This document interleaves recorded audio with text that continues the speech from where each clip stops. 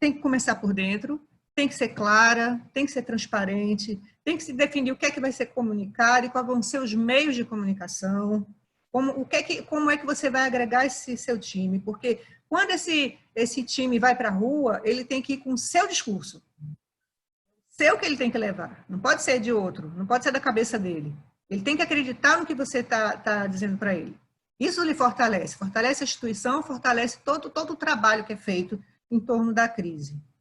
Então, depois que esse time é comunicado, vamos ver como é que a gente vai fazer a comunicação para fora. Quem são as pessoas, quem são as instituições, como você vai se aproximar dos veículos que podem te dar suporte, como você vai evitar que as notícias negativas, as notícias falsas tomem conta dessa situação. E a única forma é conversando. É muito importante combater a notícia negativa e a notícia falsa. São duas coisas diferentes. A negativa é que ela pode ser verdadeira, mas ela depõe contra você. E a falsa é um desastre em qualquer situação, né? Mas, assim, você vai ter que ter aproximação com os veículos, com os jornalistas certos, né? Com os veículos certos. Qual é o veículo que se comunica com o seu público? Nem todo veículo se comunica com o seu público. Você vai fazer uso também das ferramentas digitais, das redes sociais, para fortalecer isso aí. Mas isso tem que ser um conjunto de ações estruturadas para que flua bem, porque senão você sai atirando para todos os lados e não vai conseguir muito efeito, não é? Então, eu falei do comitê gestor, da comunicação interna, comunicação externa e essa visão estratégica. Eu queria também trazer um caso, eu queria fazer um comparativo com o que a gente vive hoje, essa questão da pandemia. Nós já tivemos uma crise muito, muito grande aqui no passado, que foi que é um exemplo bem diferente do que a gente está vivendo aqui hoje. Por quê? Porque a comunicação funcionou muito bem. Vocês vão lembrar que foi a crise do apagão em 2001. Houve uma ameaça de apagão no Brasil e todo mundo ficou desesperado, vamos ficar sem energias, as indústrias não vão poder produzir, os hospitais não ter como comprar gerador, as cidades vão ficar escuras, é violência, é medo, desemprego, começou aquela loucura, né? Mas o que aconteceu? Diferente do que acontece hoje. Hoje a gente vê uma comunicação completamente dispersa, a gente vê uma falta de sintonia, uma falta de união nas ações, a gente não tem um comando, não existe um comando central para conduzir esse processo que nós vivemos hoje no Brasil.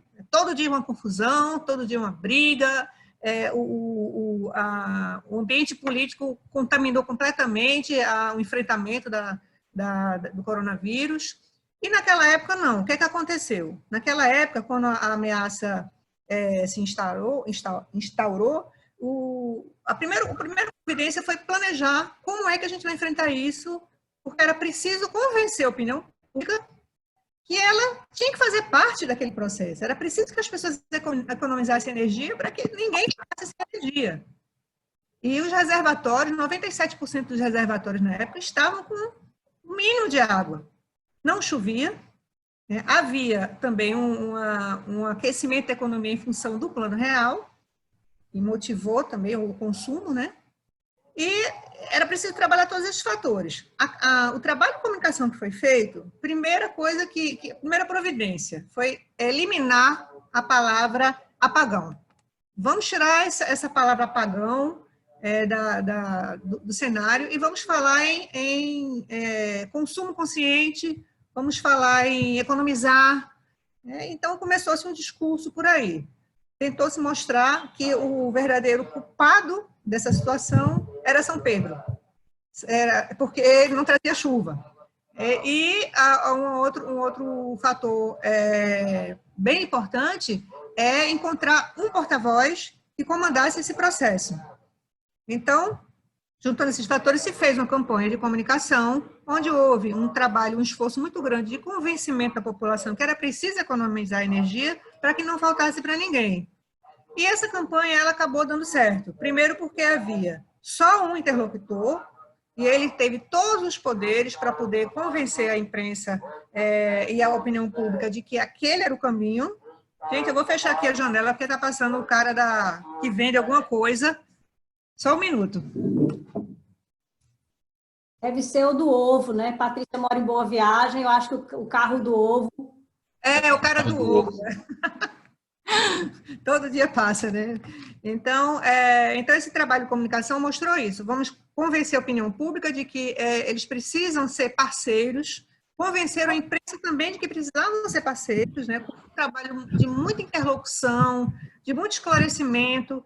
E o resultado é o seguinte, é que o racionamento, a ameaça de racionamento foi suspensa 2 meses e meio antes do previsto. Choveu, as pessoas economizaram, e dessa história ficou uma grande lição. As pessoas aprenderam a economizar.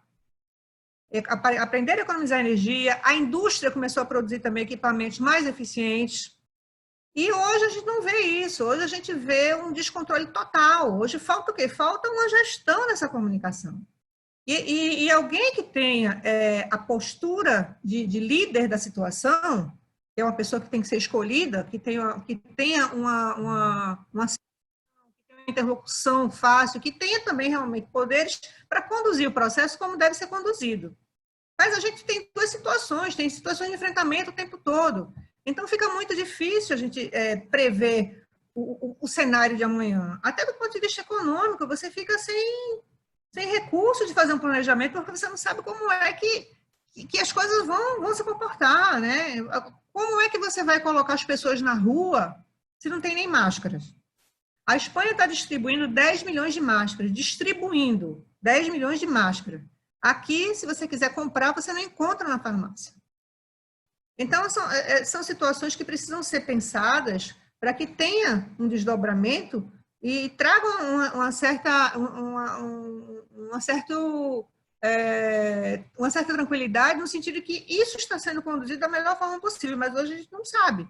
Né? Hoje tem um engenheiro falando que tem que tomar o remédio, o outro que é médico diz que não pode, então é um se metendo na conversa do outro, as pessoas não sabem de onde buscar informação precisa. Eu recebo informações, você é a favor da cloroquina? Eu não sou nada, eu não sou médica, eu não posso ter opinião sobre isso. Eu acho que isso tem que ter, o assunto tem que ser tratado pela medicina, pelos médicos, não pode estar político falando sobre isso, o jornalista falando sobre isso. Gente, quem tem que falar sobre isso é quem entende do assunto. Né? O debate tem que ser colocado, lógico que tem várias versões aí, mas que tem uma lógica, a comunicação ela precisa ter uma lógica. Ela não pode seguir do vento, né? Então, assim, basicamente isso que eu quero colocar. Eu não queria me prolongar muito, porque eu acho que o mais interessante nessa live vai ser o debate, né? Ouvir as pessoas, saber que experiência elas estão tendo aí com a crise, as dificuldades na comunicação, as necessidades. Aí eu acho, Patrícia, foi ótimo esse seu panorama geral, né, sobre sua visão do papel da comunicação, do papel do fluxo de informações nesse momento, né, dos cuidados. Mas é isso, eu acho que a gente podia abrir agora, franquear a palavra aí. Quem gostaria de ou fazer alguma colocação para a Patrícia ou compartilhar alguma preocupação, alguma reflexão sobre o papel da comunicação neste momento. Eu abriria aí para quem desejar falar. Eu sei que a gente está hoje aqui com tanto integrantes de famílias empresárias que trabalham diretamente com isso, estão com essa preocupação na cabeça, como com profissionais da área de comunicação. Tem gente muito legal aqui também que eu estou vendo que está participando. Então, pessoal, eu convido vocês a compartilhar um pouco das reflexões de vocês também, para a gente dar continuidade a esse debate. Se eu puder quebrar o gelo aqui, eu sei que o pessoal tem um monte de pergunta, mas geralmente a primeira é aquela que fica engasgada. Então eu queria explorar um pouquinho a experiência da Patrícia, porque na última live que a gente fez, a Andréa Lira, que é a diretora do Grupo Moura, trouxe um ponto importante nessa parte, vamos dizer, da reação a uma crise, que é o limite entre entender uma oportunidade genuína e parecer oportunista para quem vê alguma ação tomada pela empresa, né?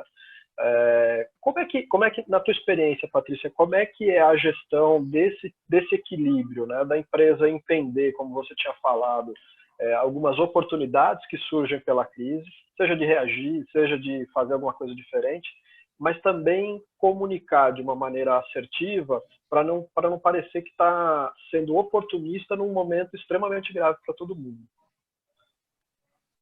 Eu acho que é uma linha muito tênue e corre-se o risco de ser interpretado por melhores intenções que você tem, de ser interpretado das duas formas. Acho que as empresas hoje que se posicionam tentando efetivamente ajudar, colocando sua força de trabalho para desenvolver ações sem visar lucro, elas conseguem se posicionar muito bem. Mas nem todas têm condições de colocar a sua força de trabalho sem receber em troca, né? Tem várias situações de empresas. Quem vai se posicionar no sentido de ajudar e quer ajudar, eu acho que se ela não cobra nada, ela fica mais bem posicionada. Aquela que tiver uma oportunidade e quer ganhar dinheiro com isso, ela vai ter que ter o cuidado de fazer uma comunicação mais comercial, mais em cima do produto que ela tem para vender, né? Essa questão das máscaras agora foi uma situação emergencial e todos ali precisavam trabalhar, porque o polo têxtil estava completamente parado, não podia vender, ali o giro é de uma semana, então uma semana sem vender as pessoas já ficam sem dinheiro, o comércio está fechado, não está encomendando, e o setor estava afundando no caos. Então, essas que conseguiram sair na frente, conseguiram uma oportunidade de reativar sua produção, envolvendo alguns funcionários, mas, assim, são empresas que estão com interesse comercial e de sobrevivência. A gente também tem que entender que, nesse momento, tem muitas empresas que precisam sobreviver. Então, há esse risco, né, da crítica, mas a gente não pode também negar que as pessoas estão em dificuldades. O grande desafio é manter empregos, né? Eu acho que essa comunicação, ela só não pode... ela tem que ser muito direcionada para o que você quer. Você tem indústrias que hoje estão colocando sua força de trabalho para produzir máscaras, recuperar respiradores, captar recursos, fazer alimentos para doar alimentos, né? Então, tem que ser no espírito colaborativo, sabe? Eu acho que quanto mais você aparece com outras empresas fazendo aquela ação, menos ônus você traz para cima de você. Então, se você quer fazer uma ação, junte-se com mais 2 ou 3 e comunique isso em conjunto, porque vai diminuir um pouco essa carga de crítica que pode haver. Não sei se eu lhe respondi. Eu queria aproveitar esse gancho, e sei aqui que tem tanto profissionais de comunicação, como falei, como integrantes de famílias empresárias. Eu queria chamar especificamente a Eduarda. Eduarda Ferrer, está aí, Eduarda? Eduarda é de uma empresa familiar, responsável pela essa área de marketing, Eduarda. Como é que você vê essa ponderação desse risco da comunicação, né, num momento desse? Compartilha um pouco a experiência que você tem tido lá na Pitu. Tá. Oi, gente. Especificamente na Pitu, o fato de a gente trabalhar com um produto que é muito associado a momentos felizes, né, alegria, fez com que a gente tivesse realmente que parar tudo quando a crise começou, digamos assim, para rever o que a gente ia fazer, o que a gente ia falar, como a gente ia se comunicar, desde o que a gente coloca numa propaganda de rádio, nas redes sociais, porque soava inadequado, de certa forma, o caminho que a gente costuma trabalhar de festa, resenha, alegria, tomar enfim, com o momento que a gente estava vivendo de o país extasiado, né? Todo mundo sem saber o que ia acontecer, todo mundo muito assustado. Então, a gente deu essa pausa, realmente, assim, a gente achou melhor segurar as pontas um pouquinho, se calar por uma semaninha ali para reorganizar a casa e voltar a se comunicar de uma maneira mais adequada, né? Desenvolvemos um projeto para ajudar os pequenos estabelecimentos que estavam fechados e que estavam precisando de uma força. A gente realmente readequou a comunicação para o momento. No rádio, a gente trocou alguns testemunhados que a gente tinha falando sobre a marca, sobre festa, enfim, para dicas de como se cuidar, de realmente pedir que as pessoas que podem fiquem em casa. A gente teve que agir rápido, mas pelo menos no nosso caso a gente precisou de um respiro, assim, de uma pausa para, vamos organizar as coisas. E, assim, o que eu acho que torna aqui um pouquinho mais desafiador para as empresas hoje em dia é que dá aquela sensação de que está todo mundo esperando um deslize seu para falar e criticar, né? Na internet, a gente sabe que as pessoas se sentem quase que na obrigação de ter opinião sobre tudo. E realmente, a impressão que dá é que as pessoas, às vezes, torcem ou querem, ou vigiam o tempo inteiro, esperando o deslize do outro, né? Seja empresa, seja pessoas físicas, enfim, para comentar e cair em cima. Então, isso torna tudo ainda mais sensível, eu acho, para as empresas, né? De realmente tentar, claro, é uma pandemia, ninguém sabe o que é que vai acontecer amanhã, e todo mundo corre o risco de ter que mudar de opinião, de ter que mudar ali no meio do caminho, mas existe, acho que ainda essa tensão de tentar prever e acertar o máximo que der, porque você sabe que corre o risco de ser malhado e julgado, né, e ser ainda mais, e ser exposto de uma forma negativa, diante dessa cultura, desse hábito que se criou de todo mundo estar o tempo todo querendo achar ali uma falha do outro para cair em cima. Eu acho Obrigada. que, nesse caso, Eduardo, o seu produto pede realmente um realinhamento, mas vai chegar um momento que você não vai poder ficar calada. Se isso demorar muito, você vai ter que se comunicar de alguma forma. Você vai precisar continuar com sua atividade econômica. E essa mudança na forma de aparecer, ela é fundamental. O que a gente viu nesses últimos dias foram muitas empresas, até empresas concorrentes que se uniram para passar mensagens positivas sobre esse momento. O que vocês estão fazendo é interessante. Eu conheço casos, eu tenho um amigo, ele é dono de jornal lá em Portugal, na cidade de Leiria, e ele conseguiu manter todos os anúncios dele, fazendo com que as empresas se comunicassem para o momento. E a comunicação para o momento estamos juntos, em breve nós vamos nos reconciliar, vamos brindar, em breve, nessa linha, entendeu? Com essas mensagens também que vocês estão de conscientização para o momento, de dicas de higiene, o que é que pode ser feito, mas é importante, a marca está aparecendo. Ela não pode desaparecer. A linguagem muda, mas a presença, muito sutil, muito bem planejada, ela se faz necessária, porque hoje a gente vê que a tendência vai ser vendas pela internet. As pessoas agora, nós estamos nos reunindo aqui, nesse momento, né, pela internet. Isso vai ser uma tendência, a tendência de reduzir viagens aéreas para reuniões em outros locais. Isso vai mudar muito, né? O setor aéreo vai ser realmente impactado. As ferramentas digitais, elas vão crescer para proporcionar esse tipo de comportamento, dar longevidade a esse tipo de comportamento que nós estamos adotando, e é preciso que vocês continuem aparecendo. Vai ter que...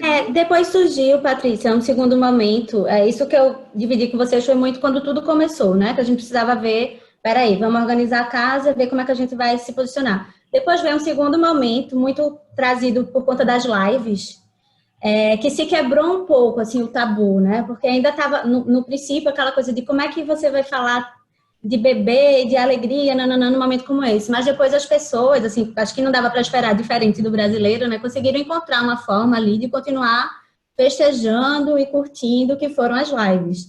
E aí, para o nosso produto, também teve muito a ver, porque... né, é um momento que você está descontraindo, se distraindo e celebrando de alguma forma ali dentro da sua casa. E aí foi uma segunda etapa, onde a gente, aí sim, já se enquadrava perfeitamente, né, para o nosso negócio, e a gente também está conseguindo explorar de uma forma legal, assim. E vão surgir outras oportunidades, né, outras formas de vocês se venderem, porque é uma tendência agora de reinvenção. Todos vamos nos reinventar.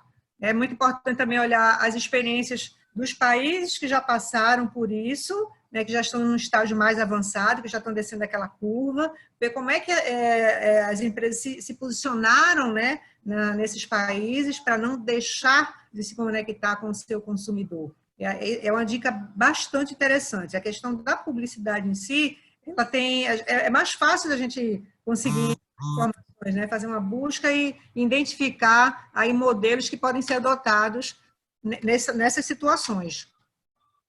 Patrícia, A gente está começando... diga, Mariana. não ia só dizer assim, o caso... Eita, aqui está muito barulhento, vou deixar para falar depois. A gente está recebendo alguns comentários aqui por... Oi, Luiz, eu vou passar para você. A gente está recebendo alguns comentários aqui no chat, eu estou registrando, mas eu queria ver se a gente ainda desenvolver um pouquinho essa discussão para passar para um próximo tópico. Diz, Luiz. Luiz, se apresente, por favor, Luiz. Com relação ao que Maria Eduarda falou, que no primeiro momento foi... na realidade, houve um certo pânico, né? E essa semana eu estava lendo uma pesquisa e 1/4 das marcas simplesmente sumiram. 1/4 das marcas no mundo sumiram no primeiro momento. Então, isto, claro, você compreende o ineditismo do momento, né, dessa pandemia, embora a humanidade já tivemos outras pandemias, mas igual a essa, realmente, com toda a conexão que o mundo hoje está, né, avião para tudo que é lado, então, realmente, ela é inédita.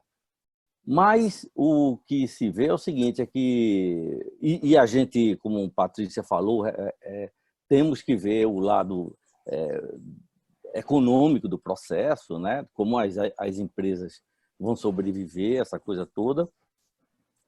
E, nesse sentido, a primeira coisa que o financeiro faz é cortar a propaganda, tira do ar. E isto é um erro. Por mais que a gente compreenda e tudo mais, é um erro porque a gente vive num mundo pictórico, né? As pessoas consomem marcas, né? Então, a marca não deixa de ser o principal patrimônio de uma empresa. Não é a sede maravilhosa, não é, enfim, o Parque Fabril, moderno, é a sua marca. Este é o seu maior patrimônio. Sem ela, não existe nada. Tá? Aliás, a Brandless, uma startup americana que está fechando, e ela foi montada justamente na venda direta ao consumidor de produtos de qualidade, mas produtos sem marca.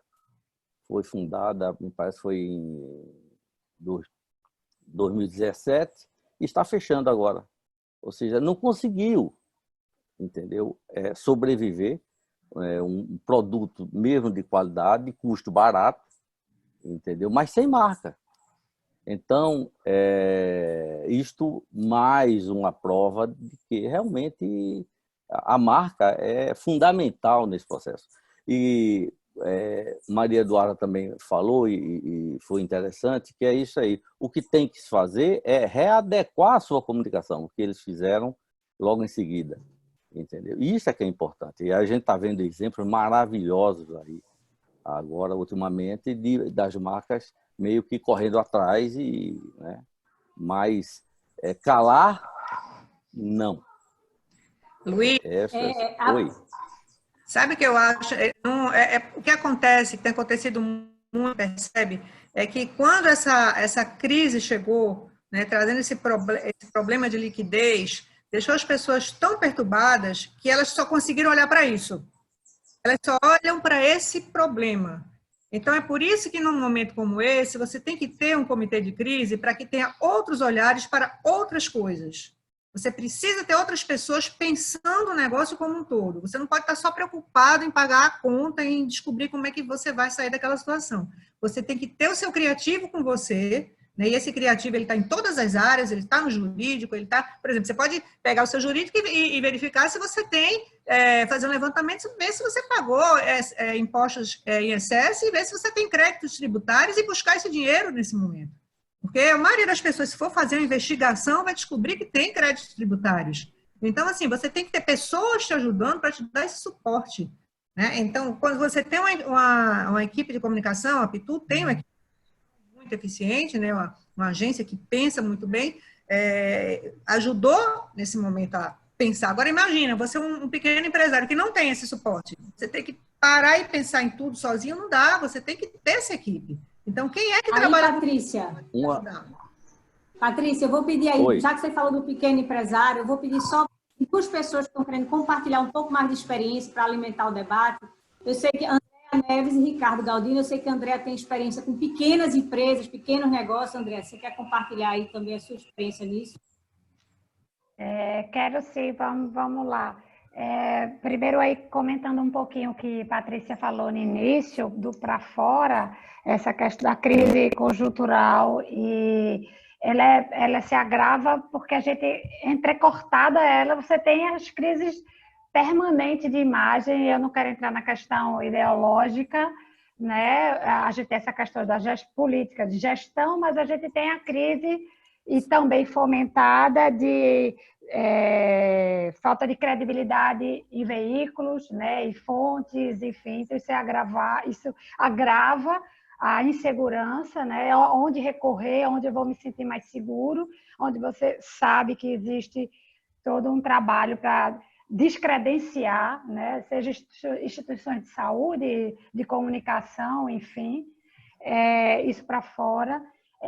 O que eu tenho acompanhado com marcas pequenas, de pequeno porte, é o seguinte: você tem níveis de intensidades diferentes que essa pandemia afeta. Então, se a gente tem uma empresa da área de alimentação, ela tem um nível de impacto, né? Então, ela teve que profissionalizar ainda mais o seu comércio online, aquilo que era feito de forma meio, mais ou menos, ela foi profissionalizada. Outros nichos, né, dessa empresa, como produtos próprios, onde ela ou a distribuição, ela teve que ser incrementada e melhor trabalhada na comunicação. Há todo um cuidado dessa marca especificamente em apoiar ou não outros trabalhos de solidariedade ou de ações de ajuda. Sempre tem uma preocupação muito grande em investigar quem são essas marcas, quem são esses parceiros que estariam fazendo essas ações. Isso por um lado. Do outro lado, você tem uma empresa que trabalha com evento, com decoração de evento. Então, você simplesmente teve toda a sua agenda cancelada, né? Esse semestre, né? Sem contar que a falta de clima para se pensar em qualquer coisa nesse momento, por conta dessa insegurança. Então, eu queria dizer que concordo com vocês e amigos aí, colegas publicitários, que calar nunca, falar sempre, né? Então, houve todo um trabalho de reflexão, porque eu acho que todo esse movimento também faz com que as marcas olhem cada vez mais para dentro de si, retomar o seu propósito, descobrir o que é que tem adequação na mensagem que eu vou passar, né? Porque o primeiro movimento dessa segunda marca que eu mencionei da área de eventos eu não tenho um evento, eu vou mostrar o quê, vou falar o quê, né, para fora, principalmente falando nas redes sociais. Depois a pessoa, não, o que eu sei, qual é a minha competência, o que é que eu posso compartilhar com o meu cliente nesse momento. Então, uma série de ações foram pensadas para compartilhar esse conhecimento ligado a se é a casa, ou rever a casa, ou como está com os filhos, enfim, foi uma adequação da comunicação a esse momento, uma antecipação de projetos que estavam para o segundo semestre. Essa empresa, claro, não tinha um online, né? Mas ela passou dentro da expertise de decoração a trabalhar com decoração de flores e entregas, porque se identificou que as pessoas em datas comemorativas, ou agora vai ter mães, ou teve Páscoa, as pessoas não estão podendo estar juntas, mas à distância, o que representa o afeto através desse presente poderia ser dado, e isso está dando muito certo, né? Outra coisa que eu tenho observado é a intensificação desse trabalho do marketing, e às vezes até, é estranho até dizer, o fato de você estar, como são empresas pequenas, como você sai um pouco da operação do picadinho, você está tendo a oportunidade de voltar novamente mais profundamente para essa gestão, processos, equipe, traçar cenários, né? Então, assim, eu posso até dizer que nunca se trabalhou tanto, né? Mesmo para empresas que teoricamente parou, meu negócio fechou, não tem evento, eu não faturo, não é bem assim. Então, está se enxergando oportunidades. Eu até avalio um trabalho que eu estou acompanhando há uns 4, 5 meses, eu acho que nunca se comunicou tão bem com o seu cliente como tem sido feito desse mês, de 30 dias para cá. Então, está sendo esse trabalho de mergulho na empresa, de replanejamento, de traçar novos cenários e de descobrir nichos e oportunidades que você não enxergava antes. Agora, claro que é bonitinho falar, mas o custo, né, é difícil, né? É muito angustiante, né? Alguns momentos, muitas vezes o trabalho de quem está nesse apoio é justamente acalmar, né? Mas eu acho que está caminhando, assim, tá? É um trabalho que eu me surpreendi, inclusive, da profundidade e da rapidez com que ele vem acontecendo. Obrigada, Andréa, pelo depoimento aí. Ricardo, para a gente fechar esse tema e partir para outro, Ricardo Galdino também quer compartilhar alguma experiência sobre logística de shopping, né, Ricardo? Opa, boa tarde. Bom dia ainda, né? Bom dia. Então, eu estou como presidente executivo da Associação de Lojistas de Shoppings no estado de Pernambuco. Então, quer dizer que compartilham todos os shoppings que aqui estão na nossa região. E, assim, preocupa muito os debates, essas discussões, no sentido de, só para vocês terem uma noção, nós somos um complexo de atividades em um shopping center. Ele é formado por comércio, indústria e serviços no mesmo ambiente. Então, nós estamos falando de um volume de 3.500 lojas no estado de Pernambuco, quase 45 mil empregos diretos gerados e mais de 170 mil empregos indiretos. Daí vem a pergunta, na verdade, eu também sou diretor do Cindy Lojas e CDL Recife. Se você agregar as lojas de rua, o ano passado a gente comentava, quer dizer, já há algum tempo atrás eu falo isso, a maior rede de franquia do mercado era Aluga-se e Vende-se. Gente, nós estamos passando por um dos maiores cenários de dificuldade e, de fato, isso atingiu o mundo. Nós estamos falando de grandes empresas, das marcas que desapareceram e que vão desaparecer. Nós estamos falando de uma coisa muito séria, que é exatamente como isso chegou à tona e como vamos resolver daqui para frente. Então, não adianta, no nosso entendimento, e pessoalmente, eu acho que não adianta você estar discutindo isso, especialmente com os governantes, de forma interna. Tem que chamar os setores, economia, administração, indústria, comércio, serviço, a associação da bodega da esquina, para conversar. Porque as decisões, elas estão muito e respeitosamente na área de saúde. Isso é fato. Nós já estamos há um mês de quarentena.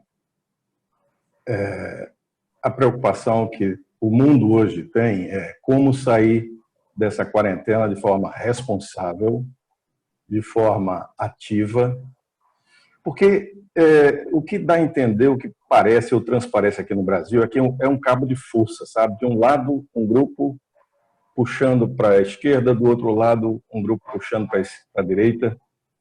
e a população no meio. Quer dizer, como que nós vamos sair de uma situação onde esses 45 mil empregos que eu gero em shopping center, fechados, o comércio de rua totalmente fechado, excluindo as atividades principais, esse é o segundo ou terceiro estágio pós-pandemia. É nessa linha de raciocínio que, se houvesse uma compreensão política, estratégica com os empresários, o que Patrícia comentou no início, que o polo do Agreste, cara, nós temos um polo do Agreste que realmente está parado. Por que não o governo conversar com esses caras que são empresários, que podem... Ah, não, mas se eu encostar com eles, eles vão me pedir desconto de ICMS. Cara, está quebrado. Atingiu todos os setores da economia, desde a barraquinha de esquina até as grandes empresas, as grandes marcas. Acho que, fazendo uma analogia aqui, a China, de onde realmente surgiu toda essa... Nós estamos falando de 1 bilhão e 400 milhões de pessoas que, de fato, pode recuperar uma economia assim, porque ela vai produzir, ela vai exportar, ela vai fazer. Nós não temos aparelhamento para isso. Os Estados Unidos, que é uma das maiores economias do mundo, também não estava preparado para isso. Então, tem que se dar as mãos. É o setor de comunicação, é o setor de comércio, é o setor de serviço, é a indústria, é a população. É falar do Brasil. Nós precisamos ser brasileiros nesse momento. Porque podemos sair, sim, o país é forte. Agora não com cabo de guerra. Sabe, eu acho que essa é a maior dificuldade. A comunicação brasileira está muito ruim. Ela não está transformando. Eu digo o seguinte, não há oportunidades, há oportunistas, porque, claro, tem muita gente com dinheiro no bolso, esperando a oportunidade acontecer para comprar e etc., porque vai quebrar muita gente. Mas quem vai comprar? Essa é a grande dúvida, sabe? E no nosso setor isso preocupa bastante. Eu estou aqui no meu escritório, sentado, preparando uma carta para o governador, que nós vamos entregar hoje, de apoio. Falando isso que eu estou comentando com vocês, cara, tem que estar junto dos setores. Porque as prorrogações, elas são frustrações. Entendam que os setores de alimentação, por exemplo, que precisam se organizar e se preparar para ter uma data e dizer, olha, eu vou abrir tal data. Os caras têm produtos já perecíveis que venceram e, assim, se não se organizar, não adianta. Os shoppings estão extremamente preparados. Shopping, eu digo sempre, é uma cidade organizada.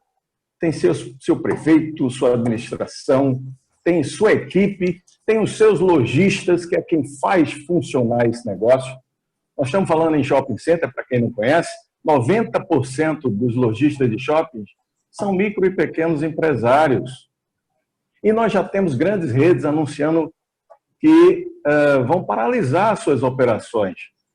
É muito grave, sabe, Patrícia, o que nós estamos discutindo aqui. Eu gostaria muito, não sei se tem alguém do governo, da Receita Federal ou do Ministério Público, enfim, desse grupo, mas, cara, vamos parar de brincar, vamos parar de puxar a corda de um lado para o outro, vamos unir forças, porque eu acho só assim as coisas podem melhorar daqui para frente. É muito grave, sabe o que nós estamos colocando? É o pós-pandemia.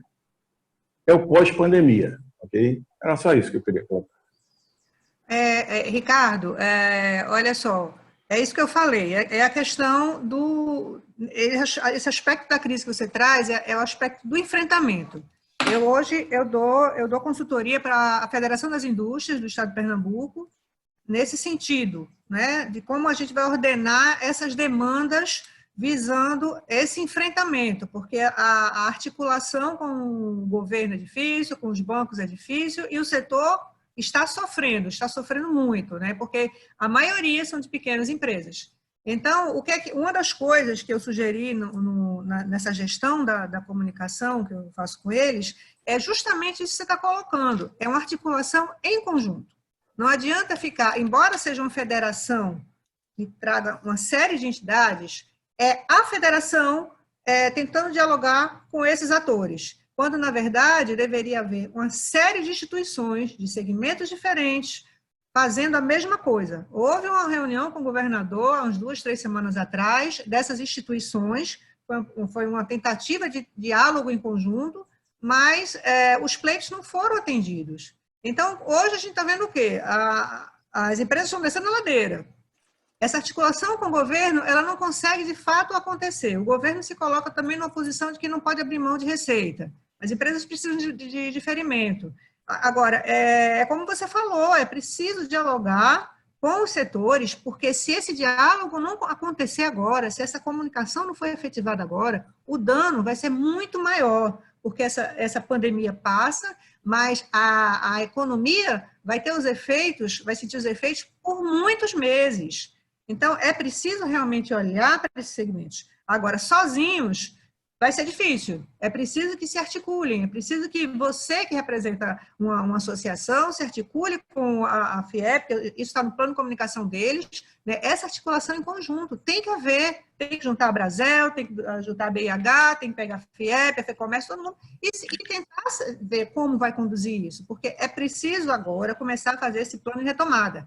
A Deloitte, ela se colocou à disposição do governo do Estado para fazer esse plano, para ajudar nesse plano, sem cobrar nada, pegando experiências que estão acontecendo em outros países, e nesse momento é preciso que todos possam ser ouvidos e coloquem essas dificuldades, porque se isso não acontecer, nós vamos ter sérios problemas. Problemas, eu concordo com o que você falou. Eu acho, Patrícia, só complementando, tem que haver tem que sair talvez até desse grupo, uma iniciativa de juntar os grupos, sabe? Porque, como você falou, FIEP, eu recebi um plano de espetáculo lá da FIEP, eu tenho comunicação com São Paulo, com Rio, enfim, a gente recebe muitas coisas, tá? Aqui em Pernambuco, eu acho que os grupos, incluindo os setores de comunicação, precisamos estar numa mesa com representantes do governo para falar sobre isso, sabe? Porque essa reunião que você comentou, eu participo da CDL de Lojas, por consequência da FEComércio, a gente percebe que ela é pontual, ela acontece, é como aquele fórum, bom, eu fiz, já resolvi o problema. Não é, porque o problema está no pequeno e médio que, primeiro, está sem dinheiro para funcionar, não é? Sabemos o tempo de vida que essas pessoas têm se o negócio não voltar a funcionar. E o detalhe, o pós. Então, não há realmente... Eu acho que a crise, pandemia, saúde, ela está sendo muito bem administrada, mas, paralelamente, tem que ter um comitê de crise, de recuperação da economia. O que não se fala, entendeu? Quer dizer, eu concordo contigo, eu acho que a gente poderia provocar isso com a FIEP, com a FEComércio, com a CDL, com o Cindy Lojas, com a Loshop, enfim, com as associações de lojistas, com a FEMicro, enfim, parar um pouquinho das vaidades de todos, porque há uma vaidade natural nos setores. Eu posso te dizer isso porque eu sou presidente de uma associação, a nossa associação 100% são lojistas que cuidam dos seus negócios em shopping center. Essa é uma das grandes vantagens, tá? E a gente diz isso com muito orgulho, porque nós empregamos 45 mil pessoas diretamente e 170 mil indiretamente. Então, a gente tem que ter um respeito, sabe, desses empregos, dessa geração, porque não sei o que vai acontecer após a retomada. Só isso. Obrigada, Ricardo. Bom, isso é um tema da mais alta relevância, né? Essa questão também de como se tem uma frente estruturada para tratar da questão econômica nesse momento. Acho que fica um registro importante nesse debate. E eu queria passar a palavra também para Eduardo, que pediu aqui um espaço para compartilhar também a visão dele. Bem, bom dia. É muito bom estar participando de mais um momento com vocês. E, assim, eu fiquei feliz com esse tema que foi abordado hoje, porque se tem uma coisa que os empresários não falam em época de crise é a questão da comunicação. Eles entendem que crise é somente caixa, né? Caixa, caixa, caixa, e isso na verdade, toma conta da maior parte do tempo de quem é empresário hoje, considerando todo esse momento que a gente está vivendo. E eu tenho dito muito que eu não sei qual é o maior problema da humanidade, eu sei qual é o segundo, e o segundo é, para mim, comunicação.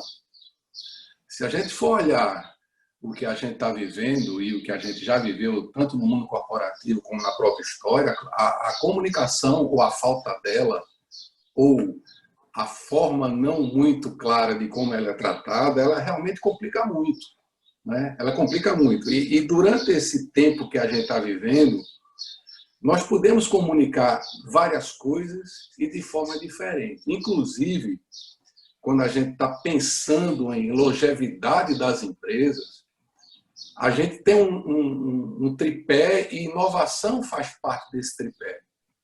Então, a gente está vivendo um momento em que nós precisamos agora inovar na forma de comunicar. Eu fico vendo, por onde eu passo, que tem empresas que elas já são bem organizadas, tanto do ponto de vista de valores e cultura organizacional, e isso torna a comunicação a coisa mais fácil para elas fazerem. Porque já existe não somente um comitê de crise, mas existe comitê de continuidade, onde está avaliando e reavaliando. Existe comitê de inovação, que está cuidando de como fazer diferente. Então, para essas empresas que já são mais estruturadas, tratar a comunicação, eu diria que não é algo tão novo. Aquilo que a Patrícia falou, que já precisa ter, dentro da crise, um posicionamento fundamentado no enfrentamento e na estratégia, para essas empresas, eu entendo, Patrícia, que já está ok. Isso já existe. Mas tem empresas, e aí falou-se há pouco do pequeno empresário, do médio empresário, essas pessoas, por ter uma estrutura muito enxuta e uma liquidez também muito, muito limitada, eles não conseguem sequer se organizar nisso, porque o quadro é reduzido, nem tampouco ir ao mercado buscar pessoas que são especialistas nessa área para cuidar disso.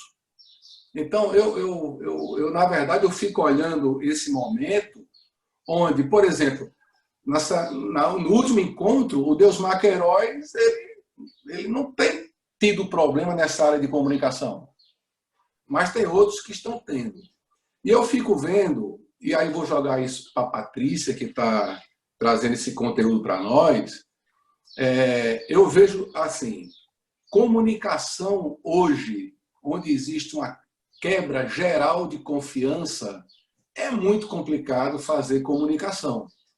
Porque a gente vê as disputas, a quebra de braço, empresas que nunca se expuseram comunicando nada, começa a comunicar alguma coisa e quem vai olhar vai achar que não é bem assim, é um oportunismo, nunca fez nada, agora está fazendo alguma coisa, porque o povo hoje está realmente assim, polarizado de várias maneiras, né? Então, eu vejo comunicação com confiança, algo que precisa ser resolvido em como fazer, né? Entendo que as empresas têm que inovar isso em nome da própria longevidade dela, porque eu aprendi, lendo um livro que eu acho sensacional, que ele diz que a palavra mais antiga que remonta para a palavra empresa é um ideograma que a sua tradução diz que empresa não é ganhar dinheiro, não é empregar gente, não é aumentar patrimônio. Diz que o grande objetivo de empresa é sobreviver e perpetuar-se, porque se não sobrevive e não perpetua, não faz muito sentido. Então, quando aconteceu que um grupo de japoneses, de chineses, há 3.000 anos atrás, resolveram se organizar e escreveram algo que hoje a gente chama de empresa, e disseram assim, vamos sobreviver e perpetuar-se. Comunicação hoje é parte fundamental para que isso aconteça, que a gente possa continuar. O que a gente precisa saber é comunicar o quê, comunicar como, comunicar onde, entender que a gente hoje está diante de um público bem diferente. A gente tem um público da minha idade, que é um público analógico e que eu tenho que comunicar de um jeito. Mas tem um público mais recente, que é um público digital, que eu tenho que me comunicar com ele também de outra forma. E o pior, e quando a gente vai procurar os especialistas de comunicação, muitas empresas não sabem nem o que brifar para eles. Então, muitas empresas dizem assim, rapaz, eu estou com um problema aqui, o que é que eu tenho que fazer? Mas as empresas de comunicação, elas podem até estudar o que está acontecendo no mercado, mas ninguém conhece a empresa melhor do que a gente, e às vezes a empresa não sabe o que passar, né? Essa crise, só para finalizar, o que é que ela é diferente? É que nós estamos vivendo. Nós estamos sofrendo. A gente, quando lia nas histórias as crises, a gente achava bonito o que aconteceu e como superaram. Mas hoje não. Hoje nós somos parte da crise. Nós não vivemos a peste negra, nós não vivemos a gripe espanhola, tuberculose, varíola, tifo, né, ebola, AIDS, nem muito menos as pragas do Egito. A gente pode falar que foram outras pragas. Eu não estou falando das crises econômicas, eu nem sei quantos zero o Brasil já tirou da moeda. Então, a gente já viveu muita crise. Essa é mais uma que a gente precisa suportar. Agora, eu acho que para o Brasil está mais sério pelas circunstâncias que a gente tem, que é uma crise geral. O país não está unido nem diante de um quadro desse, onde a disputa é muito forte, isso foi abordado pelo Roberto. Mas aí, assim, Patrícia, para quem nunca trabalhou comunicação do ponto de vista efetivo, que está precisando agora se expor e dizer alguma coisa, né? Por onde começar? Se eu fui tão... se eu não dei valor a isso. Porque, assim, às vezes a gente acha que uma campanha de varejo é uma comunicação. E, para mim, campanha de varejo é uma oportunidade, né? Então, para fazer... Eu queria aproveitar, Eduardo, para complementar a sua pergunta, né? Por onde começar. E aí eu queria ter uma outra pergunta e vou chamar depois de Patrícia, Mariana, para comentar, que é, Patrícia, tem espaço para dúvida? Tem espaço para comunicar, inclusive, que você não sabe de algumas coisas, porque nesse momento é a realidade de todo mundo, ou a gente só tem que comunicar parecendo ter as certezas e as verdades? Como é que é isso? Começa por onde e comunica o quê? Olha, eu vou começar pela sua pergunta porque ela é simples. Não tem espaço para dúvida. Você não pode se comunicar em dúvida, né? Você tem que ser assertivo, senão não vai dar certo. E por onde começar? Bom, é difícil, é uma pergunta muito difícil. Por onde começar? Para quem não começou, tem que começar. Agora, cada caso vai ser um caso. Cada situação requer um modelo, né, um planejamento. Você tem que ter o planejamento do que você quer comunicar. Então, como você falou, eu já me deparei com muitos, quando eu tinha empresa de assessoria de empresa, muitas vezes eu ia para a reunião com os clientes e eles não percebiam que tinham algo de valor para comunicar. Nosso olhar de jornalista conseguia identificar. Às vezes ele comentava uma coisa que ele achava que não tinha importância e tinha. Então, esse olhar do profissional, o olhar experiente do profissional ajuda muito. Agora, se você não tem esse profissional, hoje você tem as ferramentas boas, que são as ferramentas digitais. Então, o que você quer comunicar? Você quer vender? Você quer dizer que está com um e-commerce? Você quer dizer que começou com delivery? Vai ter que ir para as ferramentas digitais, do seu modo, tentando analisar como é que os outros estão fazendo, tentando copiar mesmo, copiar da melhor forma possível. No momento em que você puder ter um profissional que planeje melhor sua comunicação, ótimo, você vai dar um outro passo, mas isso não vai impedir que você se comunique, entende? Hoje a gente, felizmente, tem essas ferramentas que estão nos ajudando agora nesse momento de crise. Agora, com relação a essa questão da crítica, né, de você comunicar, nunca comunicou, passei a comunicar, tem um autor que eu sou apaixonada, que é o Napoleão Hill. E para mim foi o pai da educação empresarial. Acho que todo mundo que vem com autoajuda bebeu na fonte de Napoleão Hill. E uma coisa que ele fala que eu acho fundamental: não tenha medo da crítica. Se você tiver medo da crítica, você não vai para canto nenhum. Se você quer começar a comunicar, mas fica com receio de ser criticado, você vai travar. Você precisa fazer o que tem que ser feito. É necessário fazer. Então, vamos tentar fazer da melhor forma possível. É pedindo ajuda a alguém que possa te ajudar. Olha, não tenho dinheiro, mas me dá uma opinião aqui. Vendo como é que o concorrente está fazendo, como é que funciona, tentando aprender pelo Google mesmo, já que não tem outro jeito. Mas é preciso dar esse passo, entende? Então, assim, por exemplo, os clientes que eu tenho, que a gente vem trabalhando nessa questão de ter uma oportunidade, ver na crise uma oportunidade no bom sentido, tá? É um momento de vender, um momento de dizer que existe, é um momento de falar assim, olha, você está precisando disso, eu tenho esse serviço, eu posso fazer serviço para você. Você vai fazer isso com algo que eu acho muito relevante nesse momento, que é o brand content. O que é o brand content? Você vai trazer um tema que desperta o interesse daquelas pessoas naquele momento, vai aprofundar aquele tema e inserir ali a marca, o cliente, o serviço. Você insere ali junto com outras coisas, mas trazendo conteúdo relevante, um conteúdo incrível. Não dá para você fazer de qualquer jeito. A publicidade por si só ela pode realmente gerar críticas, como o Marcos perguntou lá atrás, mas se você constrói essa comunicação em bases sólidas, consistentes, você consegue ter um resultado eficiente, porque as pessoas estão vendo que aquilo ali tem qualidade. Então, a qualidade é importante. E o medo da crítica tem que ser superado. Eu vou pedir agora, esse tema eu trouxe porque a gente estava discutindo sobre isso, então eu queria também ouvir Mariana sobre esse assunto. Licença, eu tenho uma opinião, Patrícia, que talvez, eu não sei se ela vai parecer mais um contraponto ou se talvez seja só um entendimento ampliado sobre a questão da dúvida e das incertezas. Eu tenho ouvido nesse momento muita gente justificando que não está se comunicando porque são muitas incertezas, porque ainda não sabe para onde vai, porque ainda não tomou determinadas decisões. E aí, nesse momento de incerteza, de dúvidas, não comunica. E aí, como você disse, começam a surgir os rumores, começam a surgir as inquietações, sejam dos clientes, sejam dos próprios colaboradores, do mercado em geral. Então, e acho que isso também no âmbito político, isso para mim também se aplica. Eu acho que no momento de tantas incertezas e dúvidas, eu acho que você pode comunicar suas incertezas.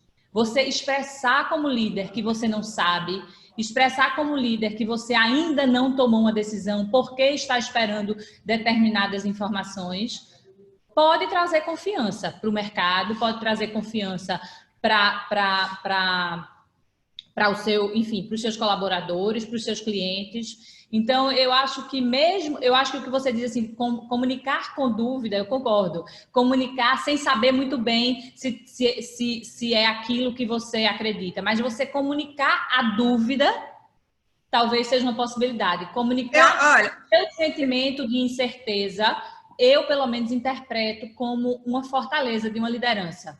Eu separaria duas coisas. Eu separaria a dúvida e a comunicação. Porque a dúvida... Eu acho que todos nós estamos em dúvida. Quando eu entendi a pergunta, tem que comunicar com dúvida.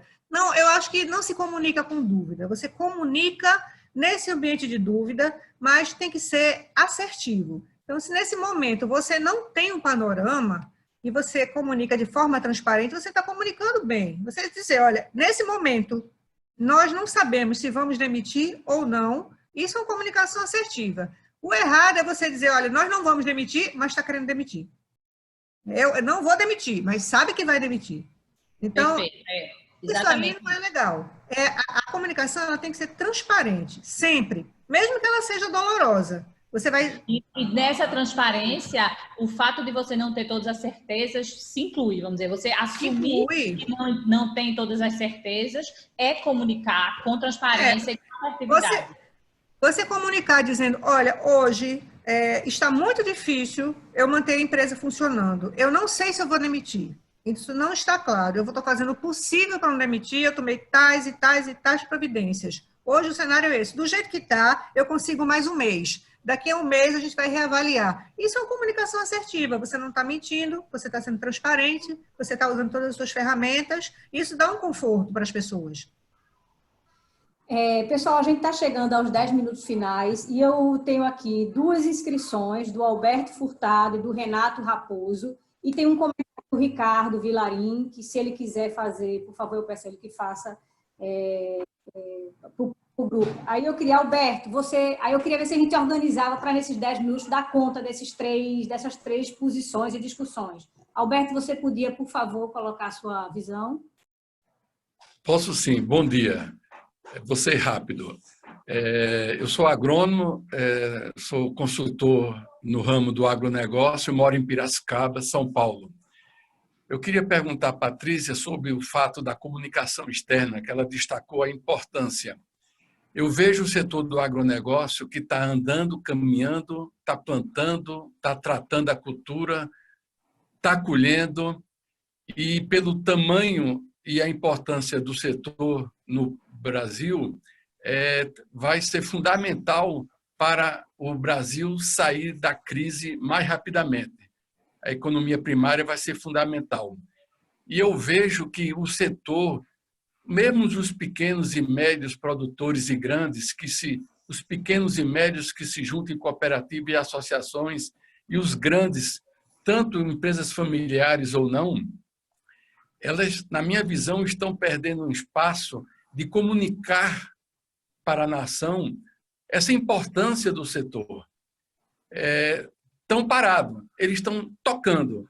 Eu pergunto, é só o foco de fazer a coisa acontecer e ver caixa, ou é uma uma cegueira ou a incompetência do setor de comunicação das empresas que têm, no caso do agronegócio, um papel fundamental e estão perdendo esse espaço de passar para todos nós esse valor, né? E quanto à comunicação interna, eu pergunto se está tendo ainda espaço nesse momento de crise dos gestores comunicar olhando os diversos perfis que tem dos colaboradores, ou seja, está comunicando para os executores, os influentes, da mesma forma para os analistas, os planejadores? Eu não entendi essa última pergunta. Você questiona se esses gestores não estão se comunicando como devia, é isso?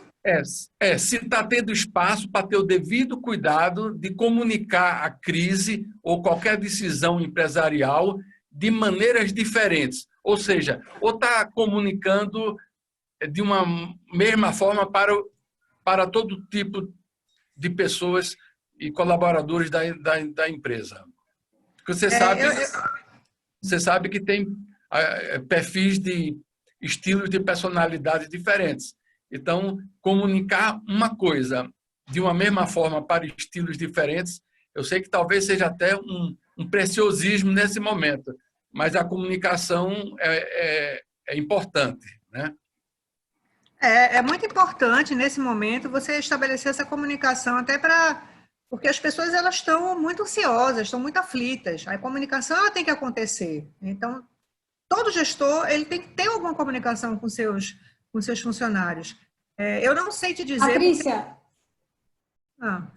eu queria ajudar nesse comentário e queria convidar Fábio Regis, que está aqui no nosso debate, e ele, semana passada, compartilhou conosco uma situação não relacionada à pandemia, mas como dar uma péssima notícia para os colaboradores internamente, com sensibilidade e responsabilidade. Aí, Fábio, eu peço a você, se você pudesse compartilhar como é que um líder empresarial, como você faz isso e enfrenta uma situação dessa, que eu acho que tem a ver com a pergunta de Alberto. Você está mudo. Isso.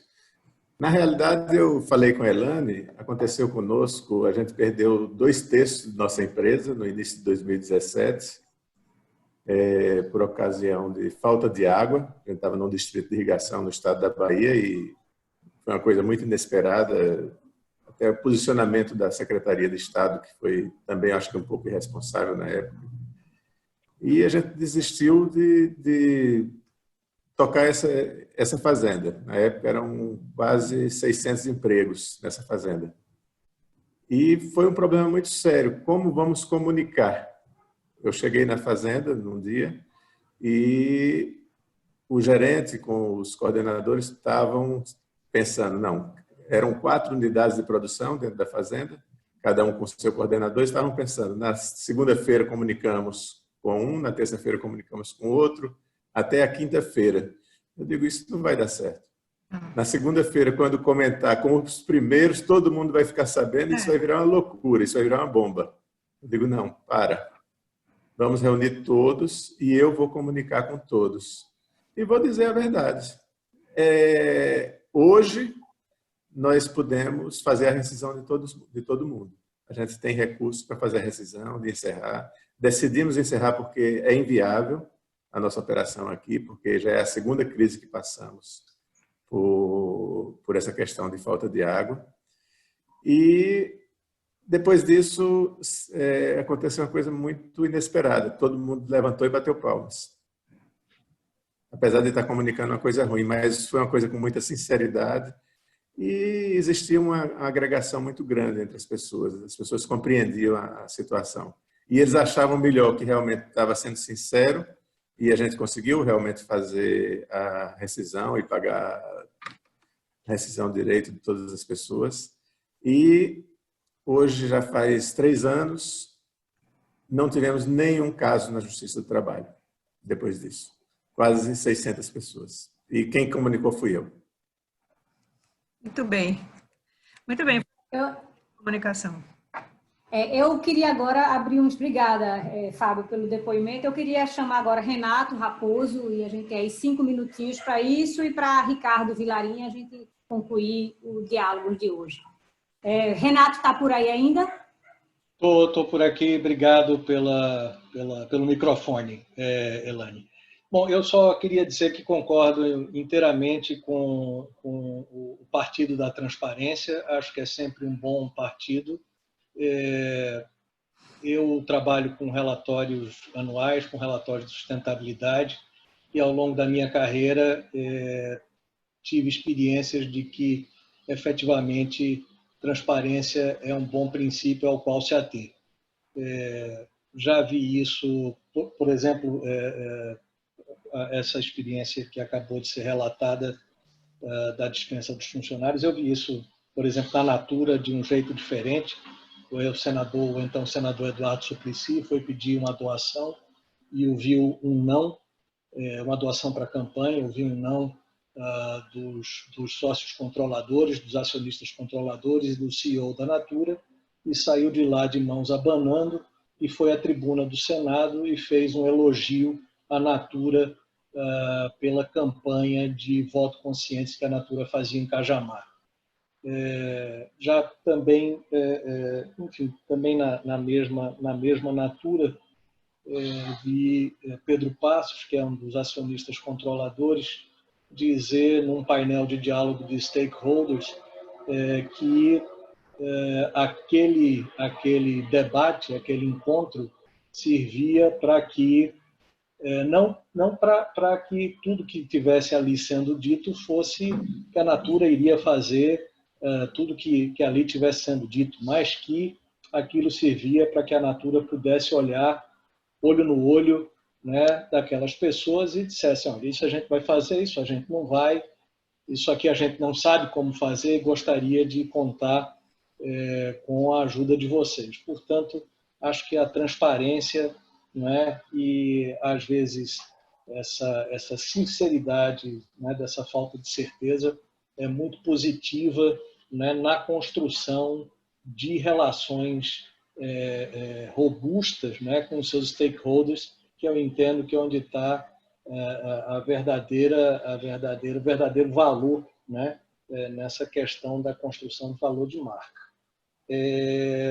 Sobre as crises, eu só gostaria, para finalizar, de falar também de uma outra experiência que eu tive, foi uma palestra que eu vi em Londres de uma relações públicas da British Petroleum durante aquela crise do derramamento do acidente, né, do derramamento lá do petróleo no Golfo do México. E, incrivelmente, a reputação da British Petroleum nos Estados Unidos era melhor depois do acidente do que antes, né? Dado aos esforços de relações públicas e aos compromissos de longo prazo que a British Petroleum assumiu nos Estados Unidos com aquelas comunidades costeiras, né? Onde tinha havido o derramamento de óleo. Portanto, crise é oportunidade de comunicação, né? Essa, para mim, é uma regra, enfim, uma regra verdadeira. E nessa semana... Renato, só uma observação. É oportunidade de comunicação... Pois não, Patrícia. Oportunidade também de você fortalecer a sua marca. Se você consegue fazer um trabalho direcionado e bem feito, transparente, quanto mais negativo o cenário, mais transparente você tem que ter. Você consegue construir sua marca. Muitas marcas, inclusive, se recuperam, né? Elas se fortalecem depois de crise, como nesse caso aí, porque conseguem mostrar o seu valor, né? Ela vai além do negócio, ela mostra o valor que ela tem, a relação que ela tem com a sociedade. Estou inteiramente de acordo, Patrícia. E só para finalizar, eu já disse que ia finalizar da vez anterior, mas dessa vez é mesmo o meu último comentário.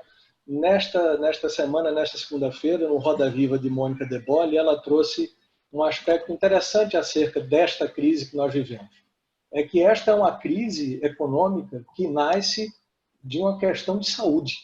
Ela não nasce de uma questão econômica. E, portanto, ela é uma crise diferente de todas as anteriores que nós já vivemos, né? E que, portanto, apresenta desafios diferentes de todos os anteriores. Mas isso é mais um desafio, né, para empresários e comunicadores. Obrigado pelo microfone, obrigado pelo debate, Renato. Parabéns. Obrigado, Renato. A gente está chegando ao fim, eu vou pedir a compreensão de Ricardo Vilarim para a gente guardar. Ele queria explorar um pouco a questão de como estruturar o projeto de comunicação. Ricardo, vamos ver que, quem sabe, a gente faz um Diálogos Comunicação 2 para discutir um pouco mais. Eu acho que rendeu bastante. Fico feliz com a qualidade do debate. Agradecemos demais a presença de todos, e especialmente Patrícia, nossa parceira da Escola F. Foi muito bom, Patrícia, ter você aqui. Sabia que ia ser um debate que você ia trazer coisas muito, muito pertinentes, interessantes. A gente está tendo uma série de retornos positivos aqui sobre o debate. E queria dizer a vocês também que a gente está, nesse período, a gente está fazendo o Diálogos F um pouco mais frequente, até para atender um pouco essa ansiedade, ter um espaço para trocar ideias. E o próximo está programado e vai ser confirmado dia 6 de maio. A gente vai tentar trazer muito foco do papel social das empresas nesse momento, a questão da responsabilidade social das empresas. Mariana Moura vai conduzir aí essa discussão, a gente vai confirmar os convidados e em breve informaremos a todos vocês. E agradeço a presença de todos e a gente vai encerrando por aqui hoje. Obrigada, Patrícia. Obrigada a vocês, foi um prazer enorme trocar tantas experiências positivas. Fico à disposição, quem quiser depois mandar um e-mail, mandar um WhatsApp, pode mandar, que a gente continua conversando, sem nenhum problema. Muito obrigado e contem comigo aí para o que for preciso. Parabéns pela iniciativa. Tchau, gente. Tchau.